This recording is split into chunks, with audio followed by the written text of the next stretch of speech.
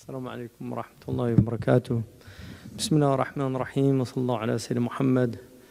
First of all, I want to thank everybody for coming out on a Monday night, Bay Area traffic, Berkeley parking, and I want to thank the president of the GTU, Dr. Munir Jiwa, also for honoring us here on the Hill, Sandy for coming up on a very short notice from a very busy schedule.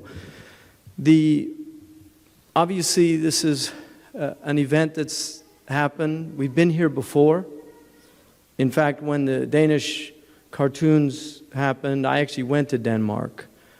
And I met with the Prime Minister's office. I spoke to the Danish people. I actually spoke on Danish television, reminding them that the Arabs love Danish cheese and that it actually harmed their economy. Believe it or not, it harmed their economy because there was a boycott on Danish cheese, which sells very well in the Arab world.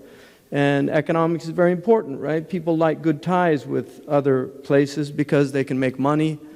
In fact, one of the worst things for business is war, unless you're in the business of war. Business people do not like instability. They like stability. These are very destabilizing events that are happening. I want to just look, first of all, at a few ideas, and then we'll get into the conversation. One of them, I spoke here on this lectern a while back before I even knew that we would one day own this building, not even a thought in my head. But I spoke about economic injustice, and I used Dante as a springboard to talk about that. And during that talk, I actually mentioned, and I used the word defend, and I mentioned that because Dante, according to the Inferno, has a character that he calls Mohametto, and Ali, another character, and it's believed that these are meant to portray the Prophet Muhammad and his cousin Ali as schismatics. Anyway, I use the word defend, pointing out to a lot of Christians, most of the people in the audience were Christian, that Dante did not put the Prophet with the false prophets, but with the schismatics. So I was pointing out that nuance about the Inferno. Well, lo and behold, a remark really off the cuff, wasn't prepared, but a group in England actually anathematized me for that statement, saying that I was no longer a Muslim, that I need to make public tawbah, which is repentance, because I had defended somebody who had insulted the Prophet, which was certainly not my intention, but I was pointing out a nuance. Well, we're living in a world where nuance is no longer in our vocabularies. Right? We are in the cartoon world of black and white. It's not even color cartoons. So I want to talk a little bit here about the idea of freedom of speech, because certainly in the West, this is one of our most cherished rights, is the right to freedom of speech. I will guarantee to you, I've been all over the world, literally, I've lived in many different places. Freedom of speech exists all over the world. People speak very freely. In fact, in some places, they speak far more freely about things than they do in the United States. But there are two areas in many places that people are not free to talk about. One of them is religion, and the other is politics. But in the United States of America, freedom of speech means being able to say whatever you want about religion and whatever you want about politics, generally. This is the idea. And these are hard-earned. People died. There was bloodshed to acquire these rights. But we also have certain laws that prevent certain types of speech. And we know that you cannot shout fire in a crowded theater. Oliver Wendell Holmes. We also have the Brandenburg Standard. If there's a clear and imminent danger in speech that incites to hatred, the Brandenburg versus Ohio case. And there are other cases like this that test the limits of freedom of speech.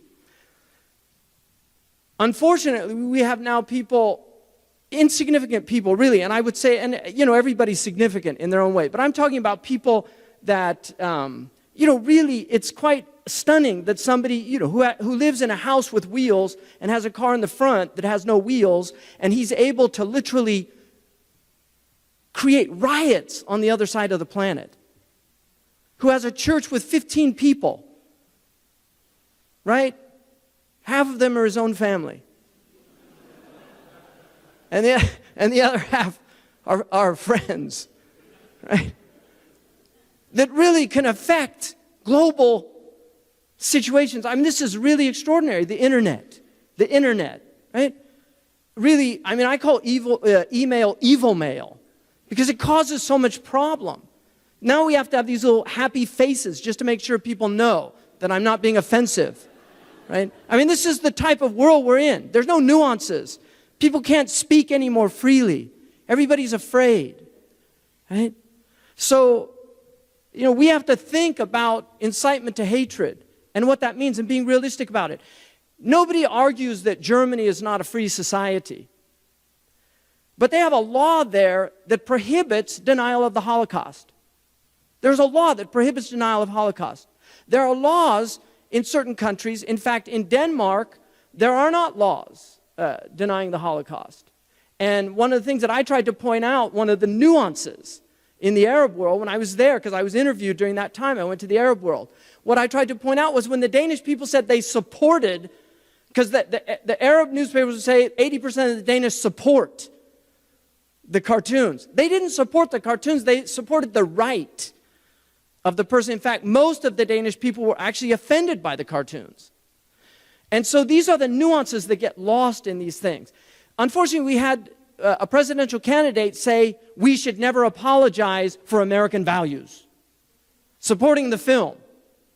People hear that in the Arab world and they say it's an American value to denigrate our religious sensitivities.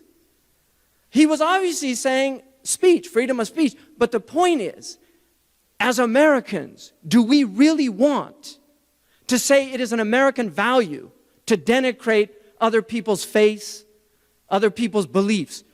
We can criticize those beliefs, write intellectual tomes about why Islam is not a true religion. There are many books like that, and nobody gets upset. Muslims don't get upset. You can write all you want of why you don't think the Prophet Muhammad is a prophet, but to mock, to denigrate, to make fun of somebody who's dearer to the hearts of the Muslims, and this includes Jesus. The Muslims feel the same way about Jesus, or about Moses, about any of these prophets. Really.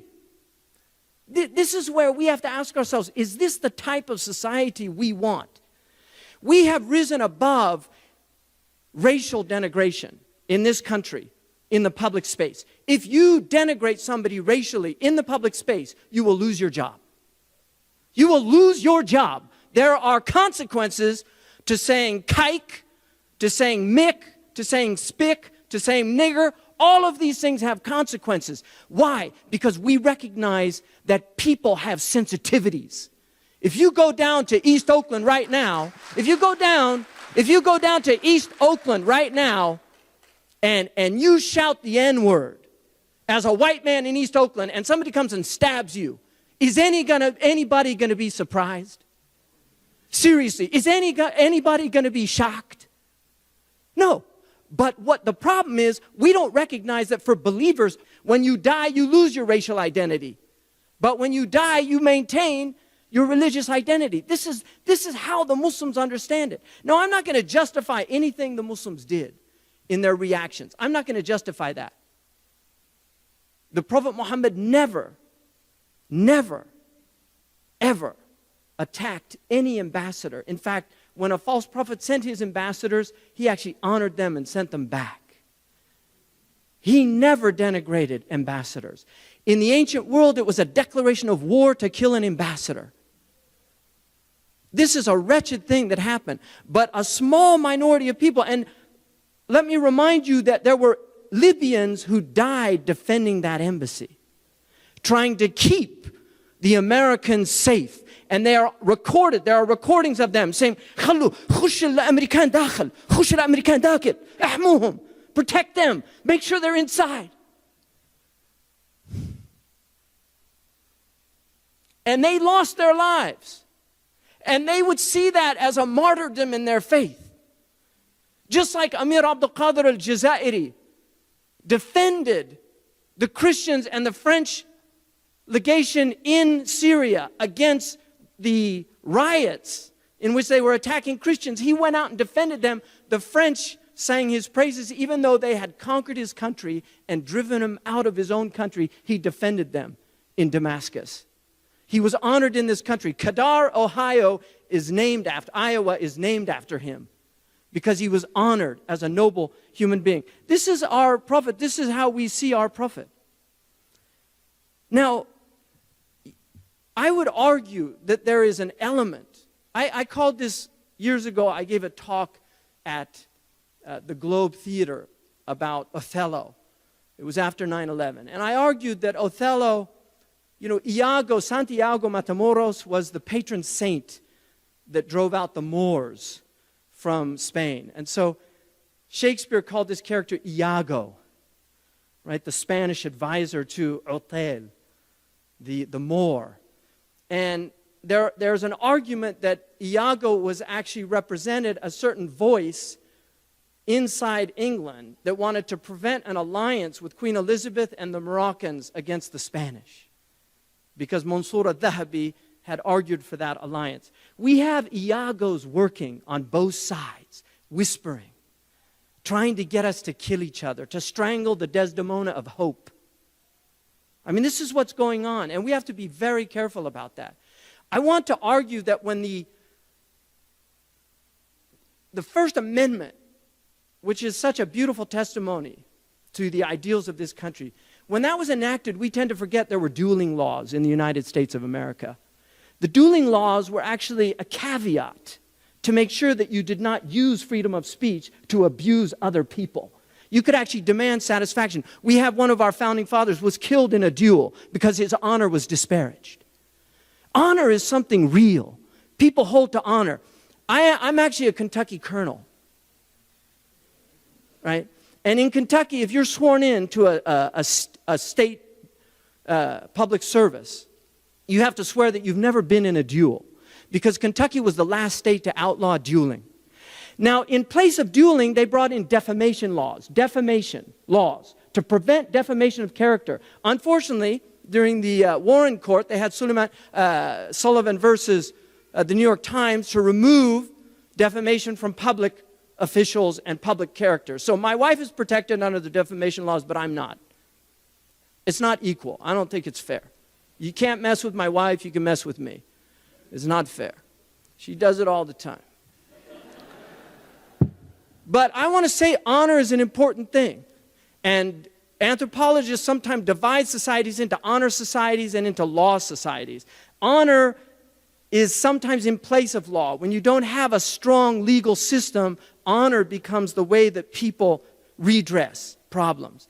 That's why in the ghettos, often where you have a type of lawlessness, there's codes of honor, right? You don't step on people's toes, because there's consequences to doing that. You don't diss their mothers. You don't diss their fathers, right? Because there are consequences to that, right? You talking to me? You talking to me? You must be talking to me. I don't see anybody else here. You talking to me? Right? That's how it works in the hood. That's how it works in the hood, right? So it's very important for us to really think deeply about these things and the harm that these things cause, right? And finally, I want to say that if this country would only apply the advice of the United States Army from 1943, we could end all of the problems, all right? So I want to read from Instructions for American Servicemen. This was during the Iraq, when they were in Iraq in 1943, okay? Page 12. No preaching. This isn't preaching. You probably belong to a church at home, and you know how you would feel towards anyone who insulted or desecrated your church. The Muslims feel just the same way, perhaps even more strongly. In fact, their feeling about their religion is pretty much the same as ours toward our religion, although more intense. If anything, we should respect the Muslims the more for the intensity of their devotion. That's the U.S. government in 1943. I mean, where the hell are they in 2012?